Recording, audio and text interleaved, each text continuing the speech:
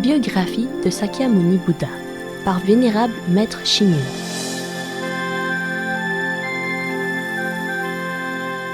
Chapitre 11.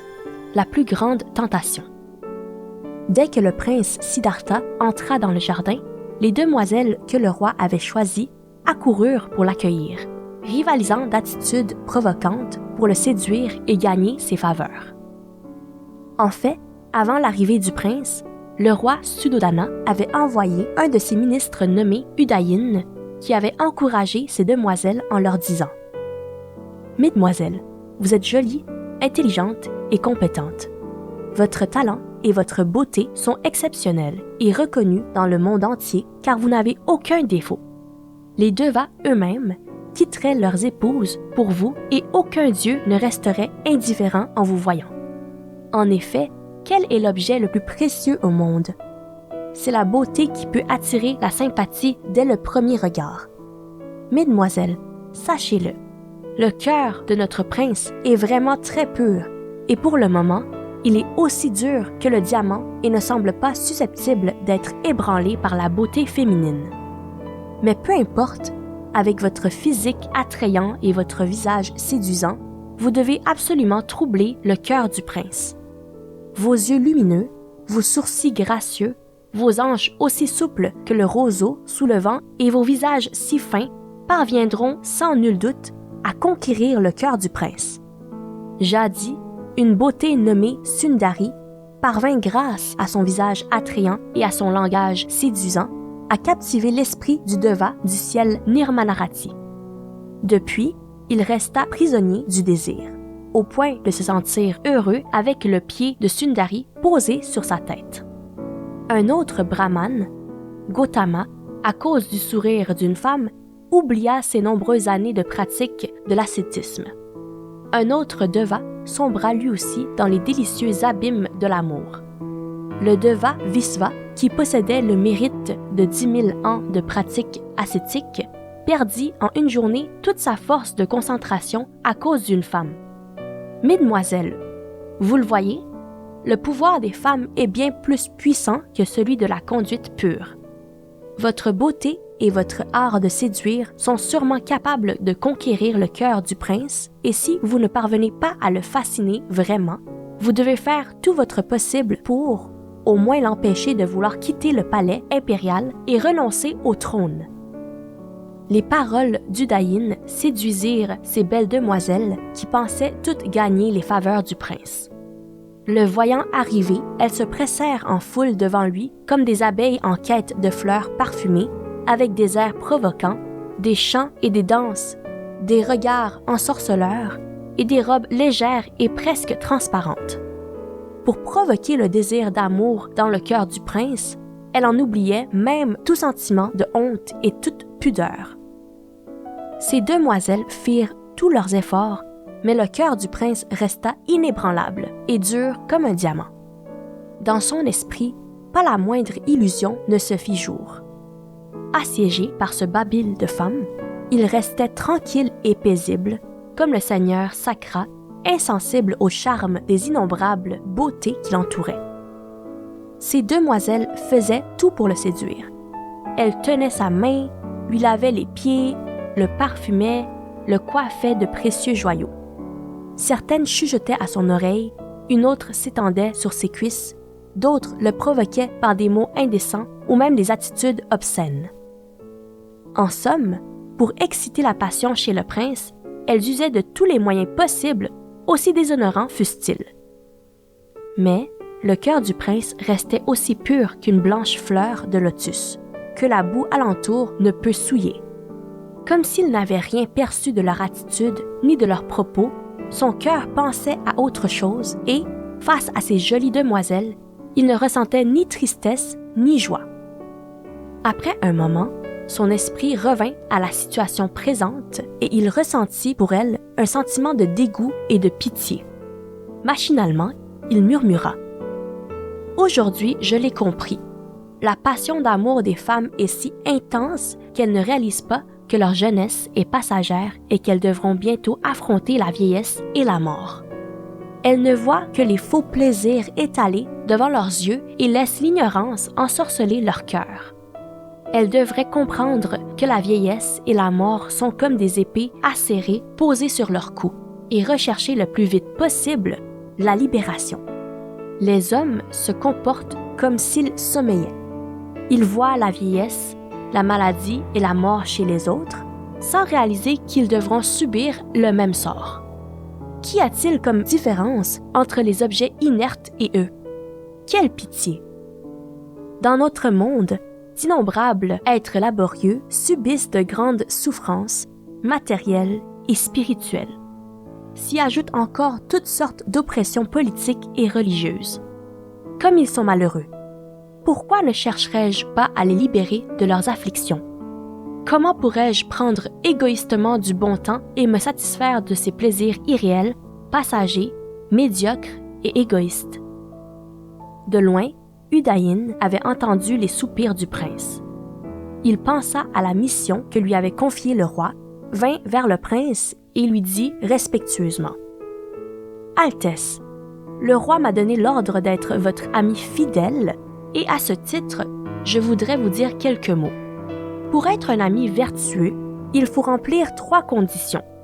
Ne pas causer de tort à l'ami, mais au contraire, agir dans son intérêt et partager le même sort que lui. Étant votre ami, je dois faire mon devoir et vais vous exposer ma pensée. Je vous demande sincèrement de m'écouter. Altesse, la chose la plus importante pour un homme durant sa jeunesse, c'est l'amour avec le sexe opposé. Si un homme ne connaissait pas l'amour d'une femme, ce serait pour lui la plus grande humiliation. Altesse, rien ne peut apporter plus de plaisir que l'amour d'une femme.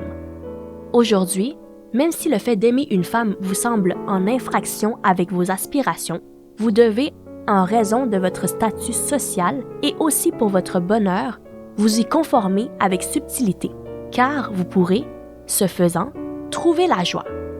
Se conformer avec subtilité, c'est le principe fondamental de l'art de vivre. Celui qui nie ce plaisir est comme cet arbre qui se couvre de fleurs sans donner de fruits. Quel serait l'intérêt et la saveur de ce genre de vie? Altesse, vous êtes jeune, vous êtes le futur roi de Kapilavatsu et vous possédez toutes les vertus. C'est pourquoi tous les bonheurs et toutes les joies se concentrent sur votre personne. Les hommes de ce monde recherchent tous les moyens pour acquérir le cœur et l'amour des femmes, et ils ne les obtiennent pas facilement.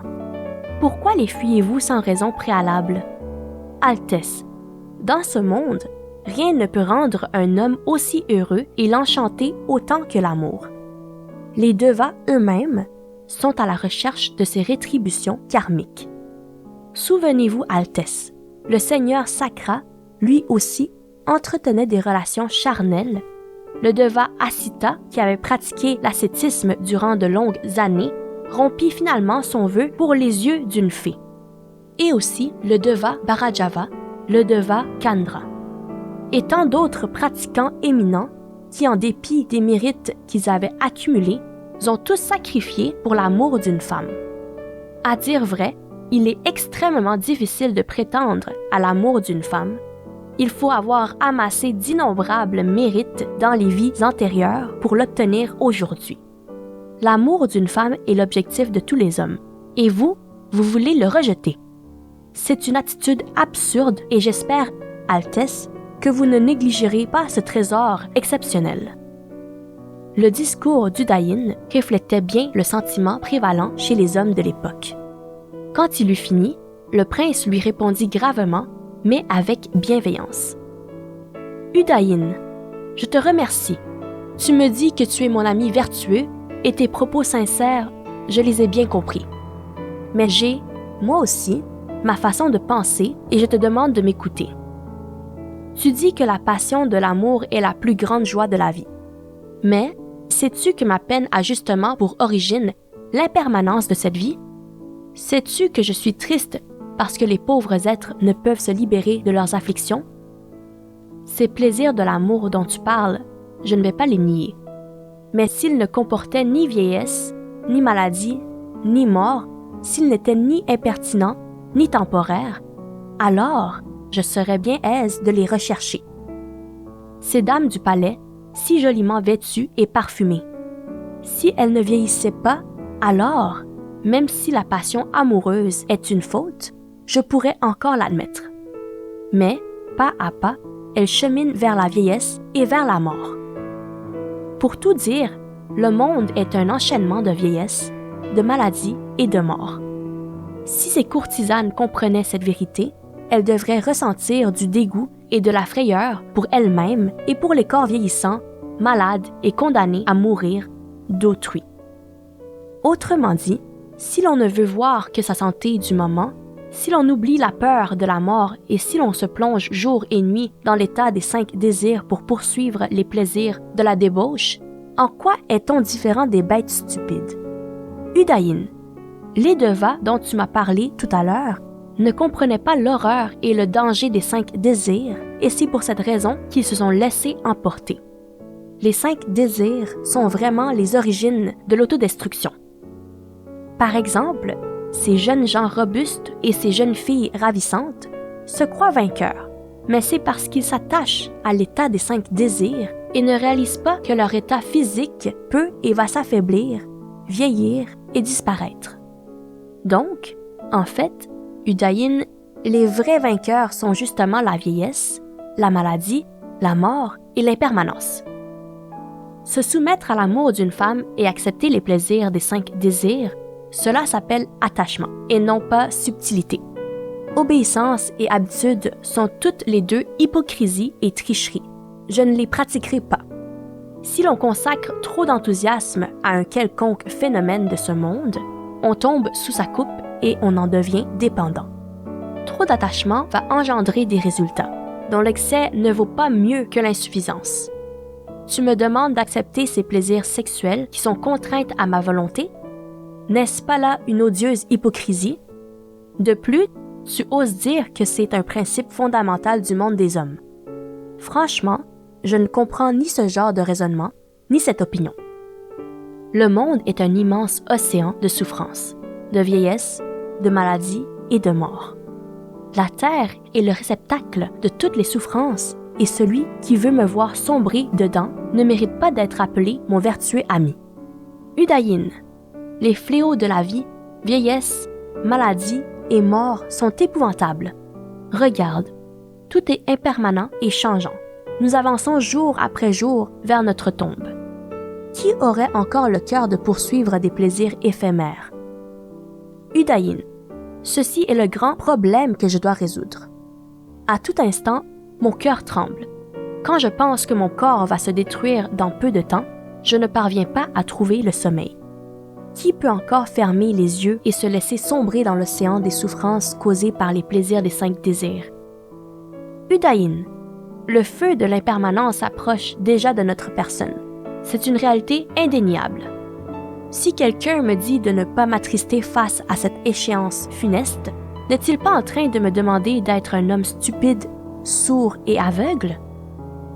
Ainsi, le prince utilisa les moyens les plus subtils pour expliquer à Udaïn que les 5 désirs sont des dharmas odieux et ce haut fonctionnaire, pourtant grand coureur de jupons, se sentit honteux et baissa la tête. Cette longue conversation entre le prince et Udaïn avait duré jusqu'au crépuscule. Le soleil se couchait doucement et les oiseaux s'empressaient de regagner leur nid. Toutes ces dames du palais, toutes ces musiques harmonieuses n'avaient servi à rien et les courtisanes ne purent que remiser les instruments de musique et rentrer chez elles. Le jardin reprit son calme. Les arbres, les plantes, les montagnes et les étangs, tout redevint silencieux. Resté seul, le prince erressa et là dans le jardin. Puis, il s'assit sur l'arbre jambu pour réfléchir aux différents problèmes de l'univers et de la vie. Et, finalement, il rentra solitaire au palais. Udaïn fit au roi Suddhodana un récit fidèle des événements de la journée. Quand il apprit que le prince avait réalisé l'impermanence de la vie et décidé de ne pas toucher aux 5 désirs, le roi fut très affligé. C'était comme si on lui avait planté dans le cœur un poignard acéré. Immédiatement, il convoqua ses ministres en réunion extraordinaire afin d'imaginer des moyens qui permettraient de remédier à ce dégoût de la vie qui oppressait le cœur du prince. Mais tous les ministres ne surent que répondre. « Il n'est d'autre solution que d'accroître les plaisirs des 5 désirs.